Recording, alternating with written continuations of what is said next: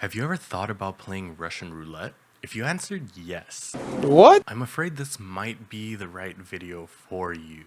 Since you're so interested, there's this game called Buckshot Roulette that simulates 3 rounds of Russian roulette. Now, you might be wondering, what are the stakes in this game? For one, your life obviously, and a fat stack of fake money.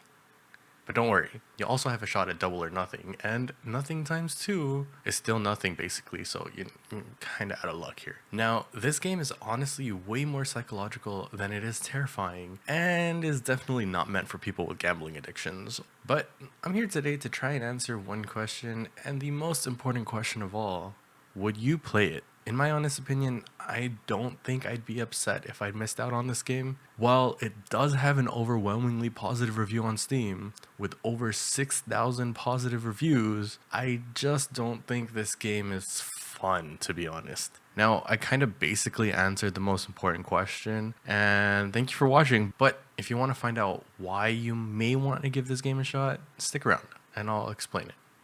Let's go ahead and get some quick facts out of the way. The game does look appealing and definitely fits the aesthetic of games like this, so it gets some points for that. The game does have a ton of positive reviews, as I mentioned earlier, so obviously it gets even more points for that. And finally, the game is only $3, so you're really not investing too much into the game. And if you end up liking it, I think your $3 actually kind of went a long way here. Now, this game does have one big draw to it, and that it's an extremely streamable game. You get to kind of engage with your audience a lot more, and I think that's what this game was honestly meant for, and it's not really meant to be a solo played game. Now, let's go ahead and dive into some of the more nitty gritty detail. In terms of gameplay, there's really not much to it. It's all decision based and whether or not you made the right choice. It's still random. The whole setting of the game takes place within 3 rooms. The room you spawn in, which is basically a bathroom, a catwalk which leads into another door, which is where the main gameplay is going to take place, and that is going to be the Russian roulette table. If you're unsure how Russian roulette works, then, again, this game might not be for you. If you are sure or know somewhat of what Russian roulette is, then you kind of might have the gist of how this game is going to work. You're shown a weapon and shells are loaded into it. There's going to be some blanks and non-blanks, and it's going to vary every round. This is where the main game mechanic starts, and your series of choices will either lead you to victory or death. At this point, you're probably asking, why would I ever choose myself during my turn? Now, that's a good question, and this is where the game does reward you. If it's blank, you kind of get another turn. If it's not, you kind of took a risk, a very risky risk. And that's where the game makes you believe you're making a series of meaningful choices. In my opinion, if there's only one blank and one non-blank, you're kind of best off choosing your opponent, since there's a higher chance that you'll take damage anyways. As the game progresses, the psychological aspects kind of start to kick in. Once you make it to the second round, you're given 2 to 4 items at the start of each round.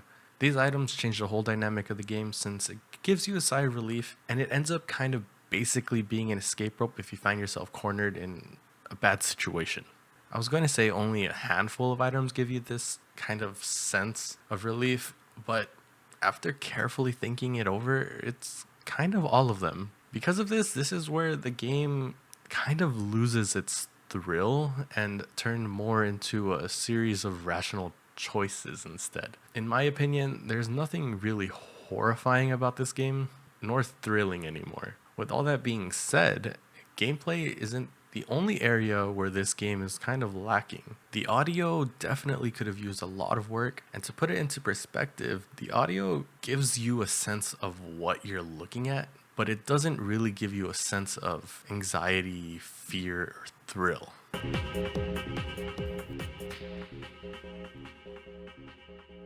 I feel like I'm getting hyped up instead of battling courageousness, and it wasn't really affecting my psyche enough to make bad decisions, which is what I would assume this kind of game makes you want to do. I'd imagine that in certain situations like this where the pressure is really high, you kind of have this internal monologue arguing with each other, making you pick one or the other choice. I'd imagine it's something like hearing yourself argue and justifying why one choice is better than the other, rationalizing it to the point where it made sense in that moment, but it really wasn't a good choice. And that's what this game is missing. Just those little slight audio cues where you kind of build up on that pressure, maybe even as simple as including the sound of a metronome pendulum. Now that definitely worked in some horror movies. But instead, due to the lack of these audio cues, I felt like I kind of had all the time in the world and I wasn't really pressured into making meaningful decisions. Meaningful aspects like this is what I thought were missing from this game, and honestly would have made a huge difference in kind of changing my perspective on whether or not I would play it. Now these are just my honest thoughts as I played and reflected on my time playing Buckshot Roulette, and clearly there's some differences in my opinion compared to the thousands who positively reviewed this game. But again, I do see this more as a streamable game and something that you kind of play with a whole party or people watching, hence the whole audio